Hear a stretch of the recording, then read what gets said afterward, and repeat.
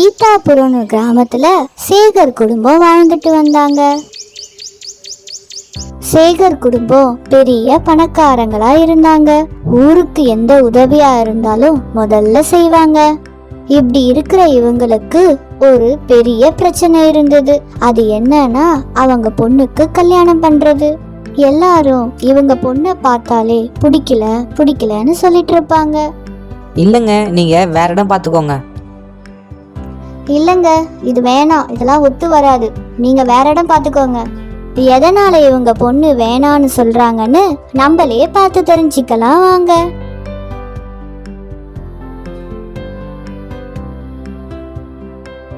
ஏ அனு, எங்கடி வெண்ணிலா? காலையில இருந்து ஆளையே காணோம், எங்கதான் போனா? எங்கம்மா போக போறா? வழக்கம் போல ரூம்ல தான் உட்காந்து தின்னுட்டு இருப்பா, போய் பாருங்க. அம்மா வெண்ணிலாவை பார்க்க ரூமுக்கு போறாங்க. அங்க வெண்ணிலா உட்காந்து ஃபுல் கட்டு கட்டிட்டு இருந்தா. ஏ வெண்ணிலா, உன்னை நினைச்சு அப்பா அங்க கஷ்டப்பட்டுட்டு இருக்காரு, நீ என்னடானா இங்க உட்காந்து சாப்பிட்டுட்டு இருக்க? ஒழுங்கா வா, அப்பா கூப்பிடுறாரு. இவங்க தான் ஃப்ரெண்ட்ஸ் வெண்ணிலா. பார்க்கதான் இவங்க கொஞ்சம் குண்டா இருப்பாங்க, ஆனா ரொம்ப தங்கமான மனசு. இவங்களோட வாழ்க்கையில என்னெல்லாம் நடக்குதுதான் நம்ம பார்க்க போறோம்.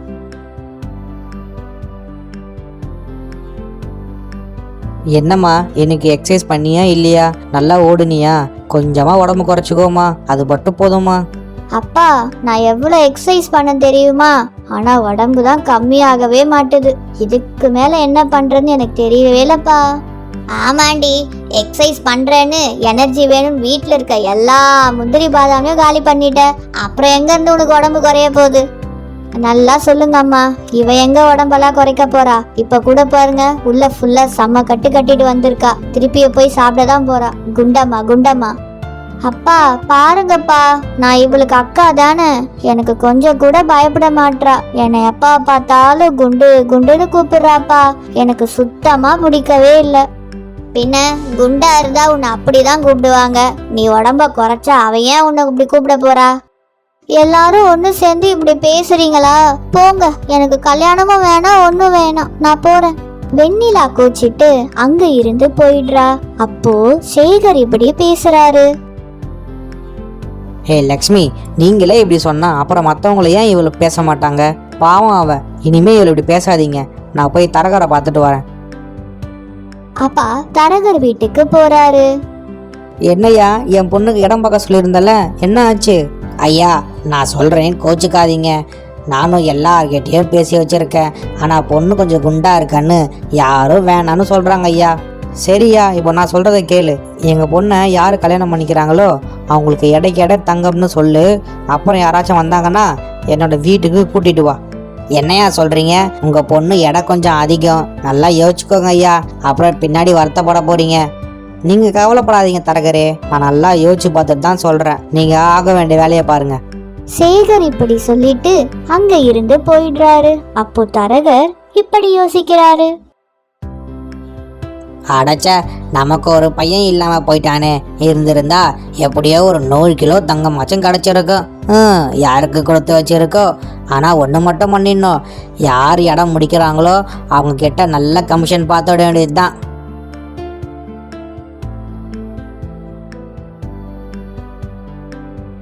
என்னங்க, தரகரை பாத்தீங்களா என்ன சொன்னாரு?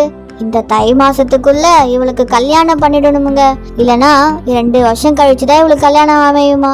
ஆமா லக்ஷ்மி, ஜோசியர் சொன்னாரு, அதனாலதான் நான் ஒரு முடிவு எடுத்திருக்கேன். அதை தரகர்கிட்டையும் சொல்லிட்டு வந்திருக்கேன். என்னங்க சொல்றீங்க? என்ன முடிவு எடுத்திருக்கீங்க? நம்ம பொண்ணை யாரை கல்யாணம் பண்ணிக்கிறாங்களோ அவங்களுக்கு எடை தங்கம் தரேன்னு சொல்லியிருக்கேன். அப்பா என்ன சொல்றீங்க? இவளுக்கு எல்லா நகையும் சொத்தையும் கொடுத்துட்டா அப்புறம் எனக்கு என்ன செய்வீங்க? இதெல்லாம் கொஞ்சம் கூட நியாயமாவே இல்லப்பா. அனு, அவன் அக்கா, அதை பத்தி கொஞ்சம் கூட யோசிக்காம நீ பணம் தான் முக்கியம்னு பேசுற. உனக்கு செய்ய வேண்டியது என்னமோ அது கண்டிப்பா வந்து சேரும். நீ எதை பத்தியும் கவலைப்பட தேவையில்ல. நீங்க என்னமோ அவசரப்பட்டுட்டீங்களோன்னு தோணுது. கொஞ்சம் கூட யோசிச்சு முடிவு எடுத்திருக்கலாங்க. நீங்களாம் இப்படி பேசுறீங்க. ஆனா ஒரு நாள் என் பொண்ணுகிட்ட நான் சொத்தை பத்தி பேசினேன். அவ எனக்கு எதுவும் வேணாம், அம்மாக்கும் தங்கச்சிக்கும் செய்யுங்கன்னு சொன்னான். அவ எப்படி பேசுறா, நீங்க எப்படி பேசுறீங்க? எவ்வளோ செலவானாலும் பரவாயில்ல, என் பொண்ணுக்கு நான் கல்யாணம் பண்ணி வைக்க தான் போறேன். இப்படி பேசிட்டு சேகர் அங்க இருந்து கோவமா எழுந்து போயிட்டாரு. வெண்ணிலாக்கு கல்யாணம் நடக்குமா நடக்காதான்னு பொறுத்திருந்து அடுத்த வீடியோல பார்க்கலாம்.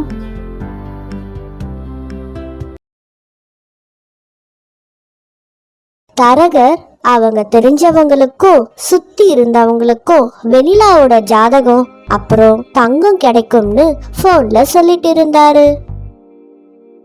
வெண்ணிலாவோட அம்மாவும் தங்கச்சியும் வெண்ணிலா மேல கோவமா இருந்தாங்க. எதை பத்தியும் கவலைப்படாம வெண்ணிலா கடைக்கு போய் சாப்பாடு ஸ்நாக்ஸ் எல்லாம் வாங்கிட்டு வந்துட்டு இருந்தா. இவன் நிறைய ஸ்நாக்ஸ் எல்லாம் வாங்கிட்டு வந்ததை பார்த்து அங்க இருக்கிறவங்க எல்லாம் கிண்டல் பண்ணாங்க. இவங்க அம்மாவும் அப்பாவும் இவ குண்டா இருக்கான்னு நினைச்சு கஷ்டப்பட்டுட்டு இருக்காங்க. ஆனா இவ கொஞ்சம் கூட யோசிக்காம இப்படி தின்னுட்டு இருக்கா. அதான்க்கா, இவ அப்பா தான் எடை தங்கம் தரேன்னு சொல்லிட்டாங்கல்ல, அப்புறம் எங்க இவ உடம்பெல்லாம் குறைக்க போறா. இது எல்லாத்தையும் கேட்டுட்டு வெண்ணிலா வீட்டுக்கு வந்துடுறா. இவங்களுக்கு இல்லைனாலும் நம்ம அப்பாக்காகவாச்சும் நம்ம உடம்ப குறைக்கணும். என்ன பண்ணலாம்? சரி, நம்ம பேப்பர்ல ஏதா விளம்பரம் இருக்கான்னு பார்க்கலாம். வெண்ணிலா பேப்பர்ல விளம்பரத்தை பார்த்துட்டு ஒரு ஜிம்ல போய் ஜாயின் பண்றா.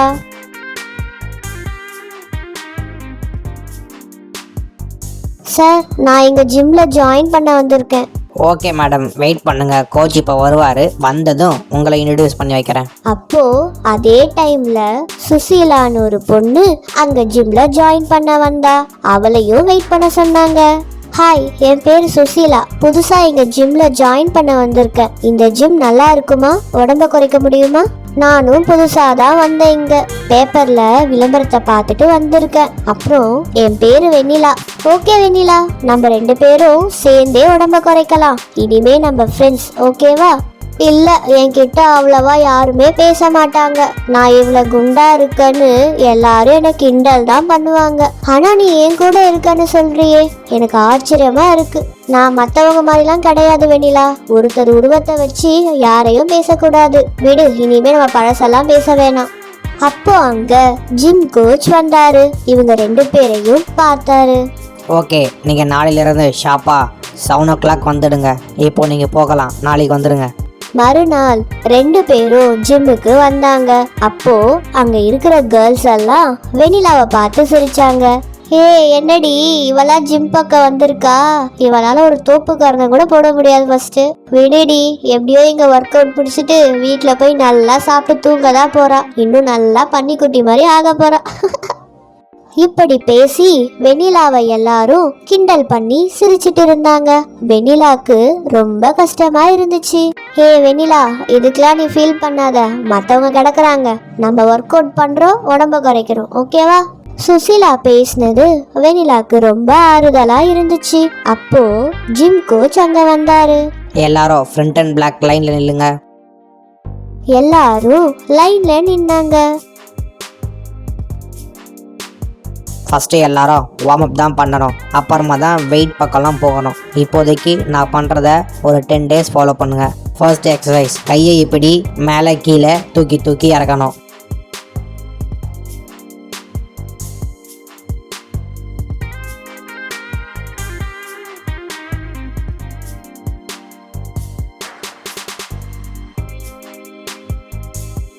செகண்ட் எக்ஸசைஸ், இப்படி லாங் ஜம்ப், நல்லா லாங் ஜம்ப்பாக பண்ணணும். 10 counts நல்லா பண்ணுங்கள்.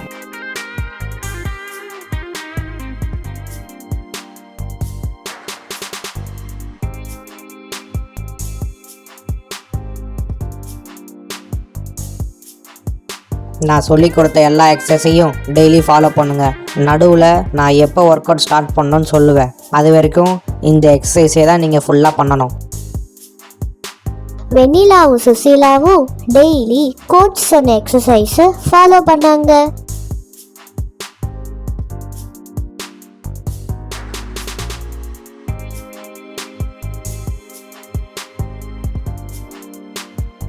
நாட்கள் அப்படியே போயிட்டு இருந்தது. அப்போ சுசீலா ஜிம்முக்கு வரதே இல்லை. வெண்ணிலாக்கு சோகமா ஆயிடுச்சு. ஒர்க் அவுட் பண்ண விருப்பமே இல்லாம போய் கோச் கிட்ட கேட்டா. சுசீலா எதுக்கு ஜிம்முக்கு வரதில்லை சார்? அவன் நல்லா தானே எக்ஸசைஸ் பண்ணுவா, அப்புறம் ஏன் அவள் ஜிம்முக்கே வரதில்லை? உங்ககிட்ட ஏதாவது சொன்னாலா? இல்லை, அவங்க இந்த ஊரை விட்டு போயிட்டாங்களா, அதனால தான் வரமாட்டேன்னு சொல்லிட்டு போயிட்டாங்க. வெண்ணிலா இத கேட்டு சோகமா வீட்டுக்கு போயிட்டா.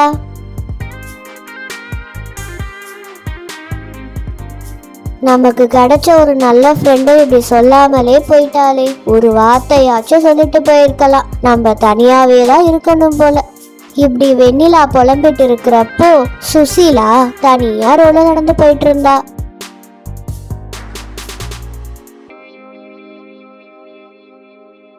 இத ஜன்னல் வழியா வெண்ணிலா பாக்குறா. வெண்ணிலாக்கு ஒரே அதிர்ச்சி. என்ன இது சுசீலா மாதிரி இருக்கே, ஊரை விட்டு போயிட்டாங்கன்னு சொன்னாங்களே, ஆனா இந்நேரத்துக்கு எங்க தனியா போயிட்டு வரானே தெரியலையே. சுசீலா பின்னாடியே வெண்ணிலா போய் அவளை வழி மறைச்சு பேசினா. ஆனா சுசீலா வெண்ணிலாவை பார்த்ததும் அழுகுறா. வெண்ணிலா சுசீலாவை அவ வீட்டுக்கு கூட்டிட்டு போய் என்ன ஆச்சுன்னு கேட்டா. அப்போ சுசீலா ஒரு விஷயம் சொன்னா. நீ அன்னைக்கு சீக்கிரமா ஜிம்ல இருந்து போயிட்டல, அப்போ கோச்சு என்னை கூப்பிட்டு பேசினாரு. அப்போ டீ கொடுத்தாரு, நானும் குடிச்சேன். கொஞ்ச நேரம் கழிச்சு எனக்கு என்ன நடந்துச்சுன்னே தெரியல. எனக்கு மயக்கமா இருந்துச்சு. அப்புறம் ஏன் சுசீலா அழுவுற? அப்புறம் என்ன ஆச்சு? ஏன் அழுவுற? முதல் மறைக்காம என்னன்னு சொல்லு. என்னால என்ன முடியுமோ அந்த உதவி உனக்கு நான் பண்றேன். அந்த கோச்சு டீல மயக்க மருந்து கலந்து என்னை தப்பா வீடியோ எடுத்துட்டான் வெண்ணிலா. அதை வச்சு என்னை மிரட்டி எல்லார்கிட்டையும் காமிச்சிருவேன்னு பயமுறுத்துறான். சரி நீ அழாத, அவனை சும்மாவே விடக்கூடாது. நான் இருக்க உனக்கு, நீ பயப்படாத. நான் ஒரு யோசனை சொல்றேன், அதே மாதிரி நீ செய். சுசீலா மறுநாள் நைட் கோச் வீட்டுக்கு போனா. அப்போ அந்த கோச் அவகிட்ட தப்பா நடந்துக்கிட்டான். இது எல்லாத்தையும் வெண்ணிலா போன்ல ரெக்கார்ட் பண்ணிட்டா. கோச் பின்னாடியே போய் அவன் மண்டையிலையும் அடிச்சிட்டா. 2 பேரும் சேர்ந்து கோச்சை கட்டி போட்டுட்டாங்க. போலீஸ்க்கும் இன்ஃபார்ம் பண்ணிட்டாங்க. அவனுக்கு ஒரு நல்ல பாடம் கட்டு கொடுத்துட்டா வெண்ணிலா. ஃப்ரெண்ட்ஸ், எந்த ஒரு விஷயம் நடந்தாலும் முதல்ல உங்க அம்மா அப்பா கிட்ட சொல்லுங்க. எதையுமே நம்ம மறைக்க கூடாது. வெண்ணிலா தன்னோட ஃப்ரெண்ட காப்பாத்திட்டா. ஆனா வெண்ணிலாக்கு நல்ல மாப்பிள்ள அமையுமா, கல்யாணம் நடக்குமான்னு பொறுத்திருந்து பார்க்கலாம்.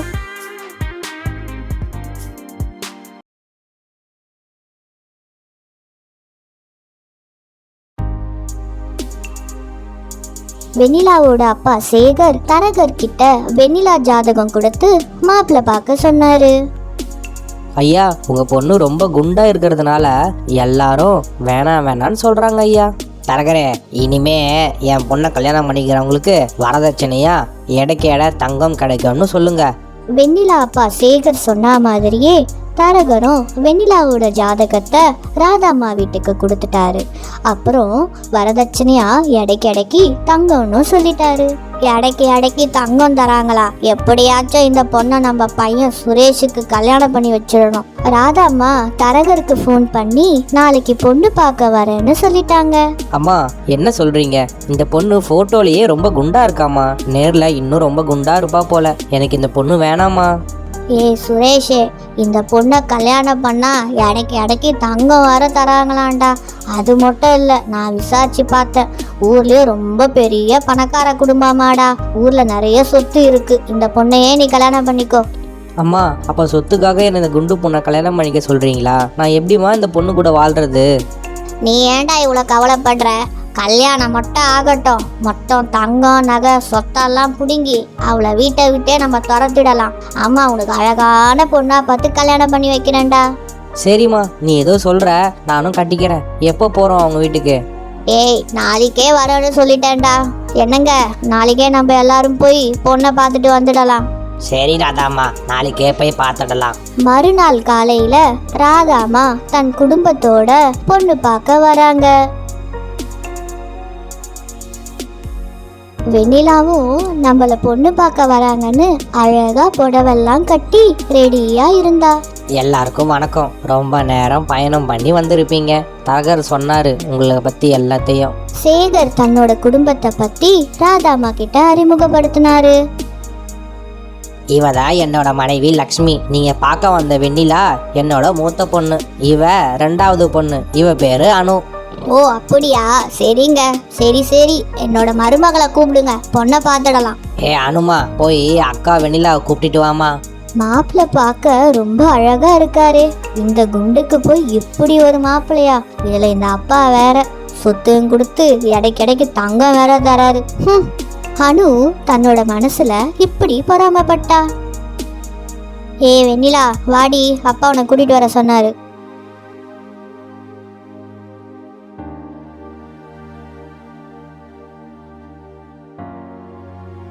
வெண்ணிலா காஃபியோட வந்து மாப்பிள்ளை வீட்டுல எல்லாருக்கும் கொடுத்தா.